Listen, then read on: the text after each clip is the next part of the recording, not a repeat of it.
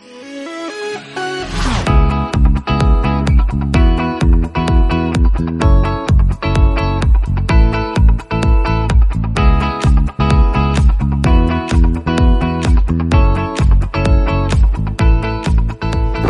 brought you to Newcastle Quayside to talk about the Apostrophe. But why? Why the Quayside? Well, before I get to that, I've got a task for you. You've got to spot the logo. Somewhere on this route,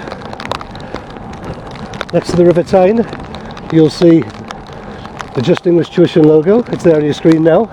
You've got to spot it. Email me or put a comment in the comments box about the time you saw it. That's about it, really. Yeah, spot the logo. Okay, so the Apostrophe and Newcastle Quayside. Let me tell you,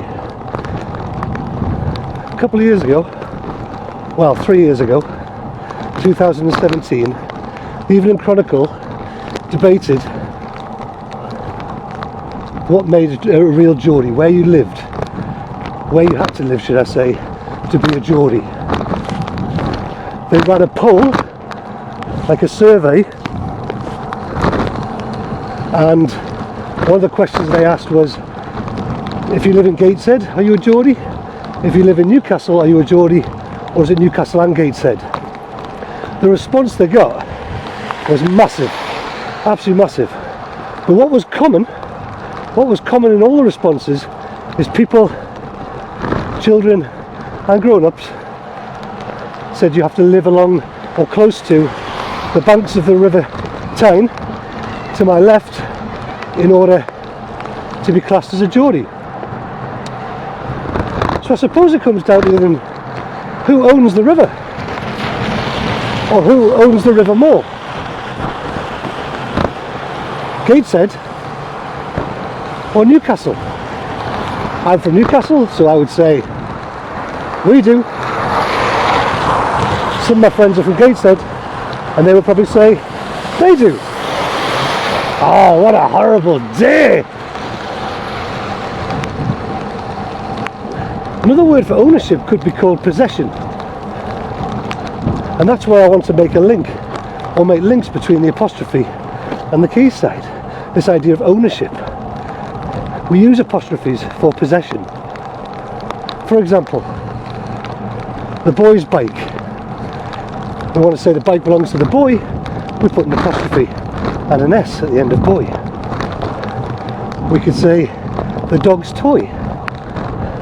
We say the toy belongs to the dog by putting an apostrophe after dog and an S, of course. We could say the spider's leg. We could show the leg belongs to the spider by putting an apostrophe and an S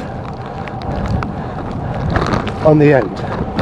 Oh, I'm on the pavement, I don't like being on the pavement. But we can also use it for plurals, so we have to change how we do it a little bit. For example, if we say the boys' bikes, so bikes of many boys, we just put an apostrophe after the S. If we want to say the dog's toys, we put the apostrophe after the S. And if we want to say the spider's legs, we put the apostrophe after the S. That's for plurals, and I don't like hills very much, like, oh no. Oh, down the gear. Oh, I tell you what, I'll sing. I feel pretty, oh, it hurts my legs, so pretty. I feel pretty and witty and gay, dee dee dee. I don't know the rest of the words. There's a Romeo van, I'm out of breath, my legs are burning so much, oh my god. I shall not give in, I will. Ooh. I'll be back to the apostrophe in a minute.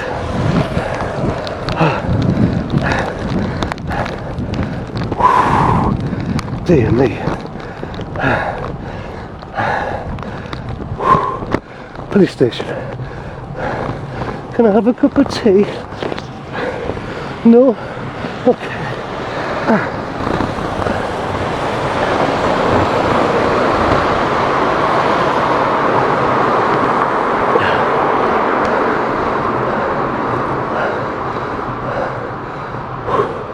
However, I think I'm dying.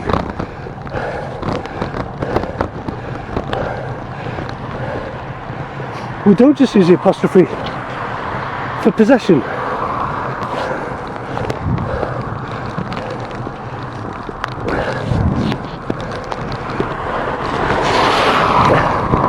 We can also use the apostrophe for omission. And that's why I brought you to the Centre for Life. Our second location. Omission means leaving things out. So we leave letters out of words and replace them with an apostrophe. We say it's omission. These words are also called contractions. And the word contract is interesting. It means to get shorter or smaller. So what on earth does that have to do with the Centre for Life? Well, the Centre for Life a while ago had a brain zone. As you know, the Centre for Life on the quayside deals with study of science and research. And I went to see this brain zone, and they were talking about the workings of the human brain. And they were talking about something called a muscle contraction headache. A muscle contraction headache. And I'm like, oh, what's that, contraction? I know that word. So I asked one of the members of staff, and they said the muscles in the brain contract, get smaller, and that causes the common headache. And that's what happens. It's one of the reasons for a headache, the muscle contract. So contractions are words which we've shortened by taking out some of the letters and putting an apostrophe to show we've taken those letters out. For example,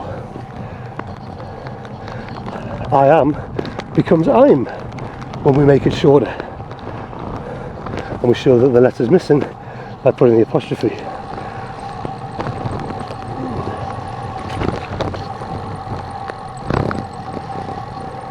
Imagine a submarine, okay, as it goes further and further, deeper and deeper down into the ocean. The pressure builds, eventually it starts to leak. The people inside have got to plug that leak with something. They've got to plug it. Well, that's what we're doing with words when we're putting an apostrophe in. We're plugging the gap, we're plugging the leak from the other words. It might be helpful for you to think of it like that.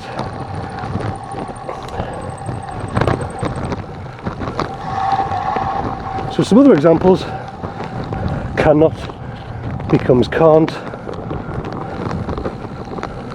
we have becomes we've, notice the apostrophe, would not becomes wouldn't, and there are many, many others. Okay, but the key words to remember are possession and omission.